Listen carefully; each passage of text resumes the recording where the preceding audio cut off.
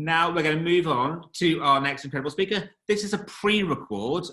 It's Toby Britton. He's the co-founder and CEO of Miappi, and he's going to be asking hands up who trusts influencers. Before we go to the pre-record video, just another reminder, the bottom of your screen is a Q&A button. Click that, don't click chat. Just confuses me, I'm very easily confused. And keep the questions coming in. One more quick reminder, use your screen to view the presentation and use your mobile phone, the app on your phone, to engage and network with all the great competition stuff going on behind the scenes. So without further ado, let's take it over to Toby. Hi everyone, I'm Toby from Miappi, and my question is, do people trust influencers these days? Well, if Universal McCann's research is anything to go by, only about 4% of us could answer yes to that question, as reported here by The Drum. And it's not just consumers who have doubts, brands too have started to ask questions. Take, for example, Keith Weed's 2018 comments on the subject in light of influencers found to be buying likes and followers.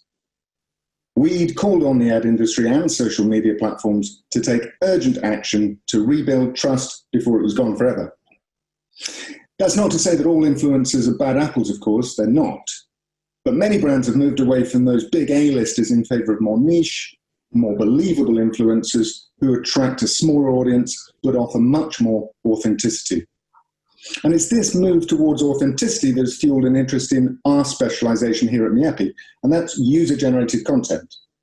So where once brands turned to influencers for their version of authenticity, these days brands are leveraging the voices, the actual voices, the images and the videos produced by the consumer themselves. And how do consumers feel about that compared to influencer marketing? Well, I think this quote from Nielsen sums it up pretty neatly. Thanks very much. Fantastic. And now we have joining us live, Toby. Toby, we've got questions coming in, pouring in actually. So I'm going to pick some of these and put them to you to check you can hear me. So it's got time to answer that question. And it was from Alex saying, how can I get to a stage where I can trust influencers in the first place?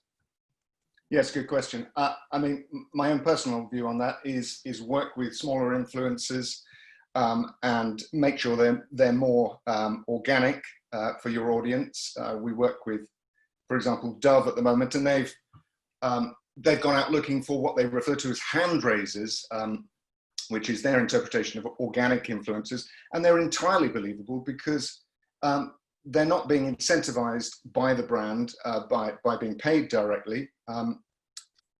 They're tuning into the brand's DNA. They love the brand and what it stands for. So anything that they get in response to their campaign, and they have had about 5,000 responses to that, they know that they have a passionate, genuine influencer there, and not somebody purely doing it for financial reasons. So that would be my suggestion. If you want people you can trust, work with people who are genuinely motivated by the brand. Brilliant, thank you. Question here from Lucy, again, probably having a lot of this week. She asks, what have you seen the impact of COVID been on influencers generally? It's a good question, and actually it's probably slightly beyond my remit, I've got to say. You know, we focus on the user-generated side of things, and from that perspective, actually we've seen, perhaps it's not surprising in retrospect, but the phone hasn't stopped going, basically, since we've been in lockdown, and it's brands trying to identify people that they can work with or content that they can get, and then people that they can work with off the back of that. So, you know, clearly being in lockdown, there's a lot of content being generated by various people. Not every vertical has done as well as others, but clearly there have been success stories during lockdown as well. And from those individual pieces of content, what we're finding is brands are going then to foster relationships with those people who produce one bit of good content, but why not, you know, develop a relationship and a community where they can produce lots of good bits of content.